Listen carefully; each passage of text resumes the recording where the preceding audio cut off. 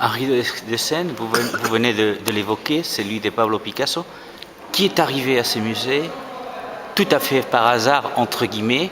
Henri de Seine qui a quand même une histoire derrière soi, jusqu'à se retrouver aujourd'hui aux abattoirs. Par hasard, je ne sais pas.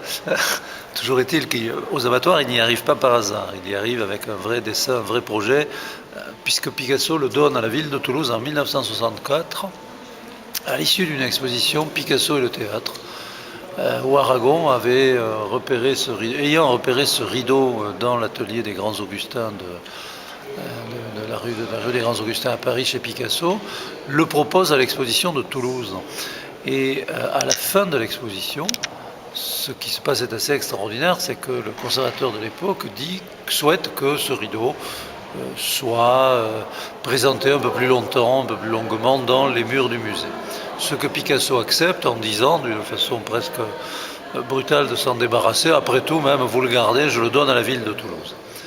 Nous étions en 1964. Il se trouve que, en 1900, quelques années plus tard, Picasso meurt. Le conservateur dit à Jacqueline Picasso qu'il va lui rendre son rideau. Et Jacqueline Picasso dit, mais j'étais témoin, non, Picasso l'a donné à la ville de Toulouse. Il est à vous, il est à la ville de Toulouse. Ce qu'en français on appelle un don manuel, juridiquement parlant.